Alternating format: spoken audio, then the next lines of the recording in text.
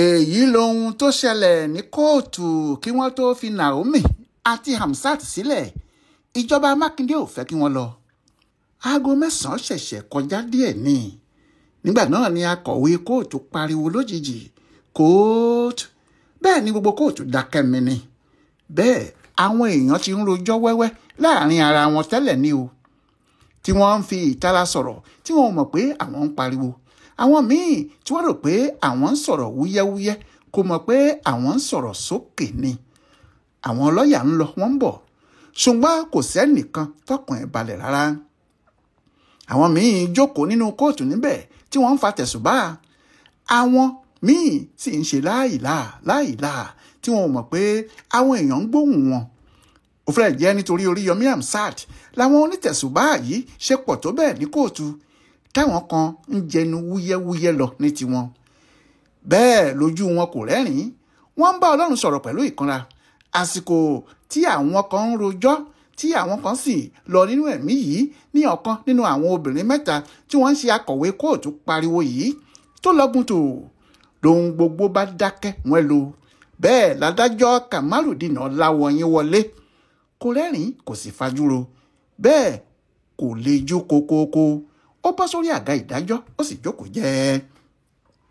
Kó tó di àsìkò yìí béèyàn bá dé ilé ẹjọ́ gíga ọ̀hún tó wà ní Ring Road nìbàdàn níbi aago 7 àárọ̀ ọjọ́ ajé Monday ọjọ́ 13 oṣù kínní 13 January 2025 yìí yóò bá àwọn èèyàn tí wọ́n ti lé gògògò sí ẹ̀gbẹ́ ẹnu géètì níbẹ̀.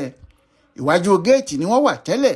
Àwọn aṣọ́bodè ni wọ́n lé wọn pé kí wọ́n má dúró síbẹ̀ yẹn kí wọ́n rìn súnmọ́ wájú. Báwọn kan ti ń lọ làwọn míì ń dé. Ohun tí èèyàn sì fi dá wọn mọ̀ náà ni pé bákan náà ni wọ́n múra. Bí ẹ kò bá rí àwọn obìnrin tí wọ́n wọ jẹ̀lìbáàbà, ẹ ó rí àwọn tí wọ́n fi ìborùn borí lulu. Tàbí kí ẹ rí àwọn ọkùnrin tí wọ́n wọ ọ̀lẹ́ǹtẹ̀ láàfáà àtàwọn tí wọ́n dé fìlà pẹ́rẹ́kí bíi ti àgbà ìmàle. Bí àwọn aṣọ́bodè bá sì ti béèrè ẹni tí wọ́n ń wá ni wọn yóò ní Hamzat ni tàbí kí wọ́n ní Oríyọmí. Àwọn míì tí kò sì rántí orúkọ méjèèjì yìí wọn yóò ní Àgídìgbò làwọn ń wá. Èyí tó fi hàn pé gbogbo àwọn tí wọ́n ń lọ tí wọ́n ń bọ̀ yìí nítorí Oríyọmí Hamzat ọ̀gá iléeṣẹ́ rédíò Àgídìgbò ni. Nígbà tí yóò fi di ọwọ́ aago 8 òwúrọ̀ ṣáá àwọn alákọ̀wé kọ̀ọ̀kan náà ti bẹ̀rẹ̀ sí dé. Àmọ́ àwọn ti gbọ́n ní tiwọn. Bí wọ́n bá ti sọ̀rọ̀ wúyẹ́wúyẹ́ sáwọn tí wọ́n wà ní géètì wọn yóò rìn jìnnà sí ẹnu ọgbà náà wọn yóò sì wá ibì kan lọ dúró sí. Nígbà tí yóò fi di aago 8 àbọ̀ ṣáá èrò tún pọ̀ níbẹ̀ débi pé àwọn èèyàn tó ń lọ lójú títì lọ́hùn-ún pàápàá ti ń sọ fúnra wọn pé ibi tí wọ́n ti fẹ́ ṣe ẹjọ́ àwọn Hamzat nìyẹn. Aago 8 àbọ̀ géré làwọn aṣọ́gbà yìí ṣí géètì tí wọ́n sì ní káwọn èèyàn máa wọlé.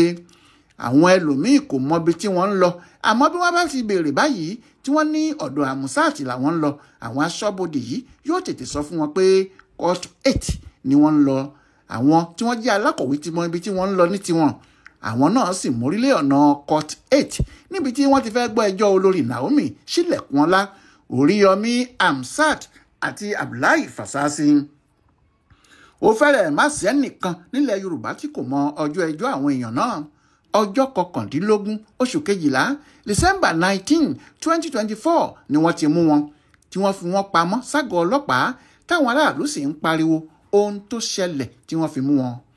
Ọ̀rọ̀ náà ni pé olórí Naomi ìyàwó Ọọ̀ni tẹ́lẹ̀ fẹ́ fi oúnjẹ àtowó tọrọ fáwọn aláìní lọ́jọ́ 22 oṣù kejìlá December 18, 2024. Àmọ́ èrò pọ̀ ju iye àwọn tó pè lọ. 5,000 ọmọ ló pè bí 7,000 ààbọ̀ làwọn tí wọ́n rọ́ lọ. Kódà àwọn míì ti débẹ̀ láti òkú ọ̀la. Aago 10 ni ètò fẹ́ bẹ̀rẹ̀ àmọ́ kó tó dìgbà náà níbi aago 5 fẹ̀rẹ̀ àwọn èèyàn ti dé pẹ̀lú àwọn ọmọ wọn. Níbi tí kálukú ti ń làkàkà kọ́mọ tiẹ̀ lè wà níwájú kó lè gbẹ̀bùn níbẹ̀ ni àkọlùkọgbà ti bẹ̀rẹ̀ tí wọ́n sì tẹ àwọn ọmọ míì pa. 45 ọmọ ni wọ́n tẹ̀ pa. Níbẹ̀ ni wàhálà sì ti bẹ̀rẹ̀ fún Naomi tó ṣètò, Oríyọmí tí wọ́n jọ ṣe àti Fasasi tó jẹ́ ọ̀gá iléèwé tí wọ́n ti fẹ́ ṣe é. Ìjayà lọ̀rọ̀ náà fáwọn èèyàn pàápàá àwọn tí wọ́n súnmọ́ àwọn mẹ́tẹ̀ẹ̀ta yìí. Níbẹ̀rẹ̀ kálukú rò pé ẹjọ́ kékeré kan báyìí ni àmọ́ nígbà tí wọ́n kọ́kọ́ gbé wọn lọ sílé ẹjọ́ lọ́jọ́ 24 oṣù kejìlá December 24, 2024 tí wọn ò sì fi wọ́n sílẹ̀ tó jẹ́ níṣe ni wọ́n taari wọn lọ sọ́gbà ẹ̀wọ̀n Agodi táwọn èèyàn sì bẹ̀rẹ̀ sí gbọ́ pé ìjọba yóò yẹgi fún wọn ni tàbí kí wọ́n sọ wọ́n sẹ́wọ̀n gbére nítorí ẹjọ́ apààyàn ni wọ́n fẹ́ bá wọn ṣe. ọ̀rọ̀ náà dá àwọn èèyàn lágara ó sì dà wọ́n lọ́kàn rú. ó tó jẹ́ kí àwọn èèyàn Àmúsàt wọlé àdúrà nìyí. kódà ẹnìkan nínú àwọn tí ìṣẹ̀lẹ̀ náà ṣẹlẹ̀ sí jáde ó ní lóòótọ́ ọmọ méjì lòún pàdánù níbẹ̀ síbẹ̀ òun ò fẹ́ kí kinní kan ṣe Àmúsàt nítorí aláàánú àwọn mẹ̀kúnnù ni. bẹ́ẹ̀ làwọn tí wọ́n jẹ́ ti Naomi olórí náà ń pariwo tí wọ́n ń sunkún pé oore ló fẹ́ ṣe kò yẹ kí wọ́n pa tàbí fìyà jẹ nítorí iṣẹ́ àánú. ọ̀gá àgbà ìyẹn principal iléèwé Islamic High School tí wọ́n ti fẹ́ ṣètò yìí làánú ẹ̀ ṣe àwọn èèyàn jù. wọ́n ní jẹ́jẹ́ ẹ̀ ló jókòó bàbá náà kò mọ nǹkan kan. tẹ́lẹ̀ nígbà tí wọ́n ti kọ́kọ́ gbé wọn wá síwájú adájọ́ májísírèètì ní Ìyágànkù adájọ́ Lábísí Ògúnkànmí òun kò gbọ́ ẹjọ́ kankan ó kàn ní kí wọ́n máa kó wọn lọ sọ́gbà ẹ̀wọ̀n l'Ágòdì títí tí àwọn ọ̀gá àwọn yóò fi gba àwọn nímọ̀ràn ni nítorí nígbà náà ìjọba kò tíì sọ pé àwọn fẹ́ pe àwọn mẹ́tẹ̀ẹ̀ta lẹ́jọ́. tẹ́lẹ̀ pàápàá ohun tí kọmíṣánná ètò ìròyìn ìpínlẹ̀ Ọ̀yọ́ Dọ̀tun Oyèládé sọ ni pé àwọn kò ní ẹjọ́ kan tí àwọn fẹ́ bá Naomi Hamsat tàbí Fàsásí tí ṣe ọ̀gá iléèwé náà ṣe. ṣùgbọ́n gómìnà Mákindé tètè dá ọ̀rọ̀ náà mọ́ lẹ́nu ó ní àwọn yóò bá àwọn mẹ́tẹ̀ẹ̀ta ṣẹjọ́ tààrà kò sí bí wọ́n ṣe lè lọ láì jìyà ẹ̀ṣẹ̀ wọn. níbi ìlàyà àwọn èèyàn ti já wọ́n ní Mákindé ti bínú nídìí èyí lọ́jọ́ Ẹtì ọjọ́ 10 oṣù kínní 10 January 2025 ìjọba Mákindé pè àwọn èèyàn náà lẹ́jọ́ ẹjọ́ tó le koko ni. wọ́n ní wọ́n pa ọmọ 45 àti pé àìbìkítà wọn ni wọ́n fi pa àwọn ọmọ náà bí ìgbà pé wọ́n mọ̀ọ́mọ̀ pa wọ́n ni àfi kí ilé ẹjọ́ sì pàṣẹ ìjìyà tó le koko fún wọn. bẹ́ẹ̀ níjọba ìpínlẹ̀ Ọ̀yọ́ kọ nínú ìwé ìpẹ̀jọ́ tiwọn. ọ̀rọ̀ pé wọ́n lè dájọ́ ikú fún wọn tàbí kí wọ́n sọ wọ́n sẹ́wọ̀n gbére nígbà tí ìjọba ti ní àwọn ni wọ́n pa àwọn ọmọ ọlọ́mọ ló fa ìjayà fáwọn èèyàn. ìjayà náà ni wọ́n sì gbé wá sí kóòtù tó ṣe pé àwọn ẹlòmíín gba àwẹ̀ débẹ̀ lọ́jọ́ náà ni. ohun tó jẹ́ kí wọ́n máa fa àyà nítorí Hamsat nínú kóòtù rẹ̀ táwọn míín sì ń ka sáàmù tí wọ́n ń gbàdúrà ìdákẹ́jẹ́ pẹ̀lú àwẹ̀ nítorí Naomi. ọjọ́ táwọn ẹlẹ́sìn méjèèjì jẹ́wọ́ pé afàdúrà jagun làwọn nítorí àwọn èèyàn wọn ni. nínú ìpayàpòrò báyìí ni wọ́n sì wà tí aago 9 ọ̀hún kọjá díẹ̀ tí adájọ́ Kamarudeen Ọláwọyìn fi wọlé bá wọn. kò sáàyè àpàlà nílùú òyìnbó lọ̀rọ̀ ilé ẹjọ́ bẹ́ẹ̀ lórí lọ́jọ́ náà nítorí kọmíṣánná ètò ìdájọ́ ìpínlẹ̀ Ọ̀yọ́ Abíọ́dún Àìkọmọ táwọn bíi 6 míì tẹ̀lé kò fọ̀rọ̀ ṣeré kíá ló ti dìde tó ní lórí ọ̀gá àgbà iléèwé Islamic High School Abdullahi Fàsásí lòun ti fẹ́ bẹ̀rẹ̀ torí lára àwọn tí wọ́n pa àwọn ọmọ ọlọ́mọ ni. ó ní nígbà tí wọ́n lọ bá a pé wọ́n fẹ́ ṣe ètò lọ́dọ̀ ẹ̀ kò wádìí bẹ́ẹ̀ ni kò béèrè ìwé àṣẹ tí wọ́n fi fún wọn láàyè láti ṣe bẹ́ẹ̀ ó kàn ní kí wọ́n lọ lo ibẹ̀ ni. àṣẹ tó sì pa lọ́jọ́ náà ló ṣe ikú pa àwọn ọmọ 45. Àìkọmọ ní ó jẹ̀bi ìwà apààyàn ẹni bá sì ti jẹ̀bi bẹ́ẹ̀ wọn kì í gba béèlì wọn. ṣùgbọ́n adájọ́ Láwọyìn ka gbogbo ohun tí lọ́ọ̀yà Fàsásí ìyẹn amòfin Ọlájídé ti sọ. ó ní Fàsásí ti lóun kò mọ Naomi rí o pé Hamsat ló wá bóun ó sì sọ fóun pé àwọn ti sanwó ìjọba kódà wọ́n ti ń polówó ẹ̀ lórí rédíò kí wọ́n tó wá. ó ní ọdún 22 lòun sì ti fi ń sìnjọba bọ̀ àti pé àrùn ìtọ̀ ṣúgà àti ẹ̀jẹ̀ ríru ń yọ òun lẹ́nu gidigidi. adájọ́ Láwọyìn ní ẹ̀ṣẹ̀ táwọn èèyàn náà ṣẹ̀ kì í ṣe ẹ̀ṣẹ̀ apààyàn bíjọba àti Àìkọmọ ti sọ nínú ẹ̀sùn tí wọ́n kà sí wọn lẹ́sẹ̀ nítorí kì í ṣe nǹkan tí wọ́n mọ̀ọ́mọ̀ ṣe. nípa bẹ́ẹ̀ ẹ̀sùn tí ilé ẹjọ́ lè fún wọn ní bẹ́ẹ̀lì lé lórí ni. ó ní bóun ò bá torí iṣu jẹpo àfi kí òun torí epo jẹ iṣu. Fàsásí ti lo ọdún 22 nídìí iṣẹ́ ìjọba kò síbì kan tó fẹ́ sá lọ. lọ́nà kejì ara ẹ̀ ò yá àìsàn tó sì ń ṣe kì í ṣe èyí tí kò gbọdọ̀ má tọ́jú nígbà gbogbo. nítorí bẹ́ẹ̀ òun fún un ní bẹ́ẹ̀lì mílíọ̀nù 10 àti ṣọtí 2 tí ọ̀kọ̀ọ̀kan wọn lóhun ìní nìbàdàn kó sì fi ìwé ìrìnnà rẹ̀ sílé ẹjọ́ nígbàkigbà tí wọ́n bá fẹ́ rí kó fi ara ẹ̀ hàn. bẹ́ẹ̀ ni adájọ́ Ọláwọyí gba béèlì principal iléèwé Islamic High School ní Báṣọ̀run Ìbàdàn. Àmọ́ kìnní náà kò dùn mọ́ àìkọ́mọ nínú, ó tún dìde láti tako béèlì yìí. Àmọ́ ohun tí adájọ́ ń wí ni pé àwọn èèyàn náà kò mọ̀ọ́mọ̀ pa ẹnikẹ́ni, ọ̀rọ̀ náà ṣèèṣì lásán ni. Nítorí bí kìnní náà ṣe ká àìkọ́mọ lára tó ló jẹ́ bí wọ́n ti mẹ́nu lé ọ̀rọ̀ ẹjọ́ ti Naomi báyìí, tó sì sọ pé ọ̀rọ̀ Naomi ló kàn, tí adájọ́ bẹ̀rẹ̀ sí sọ̀rọ̀ lórí ẹ̀. Ó fa èyí tó kù lé arábìnrin ọlọ́kọ̀ lọ́wọ́ ni, òun sì dìde, ó jáde ní kóòtù, kò sì padà wá mọ́.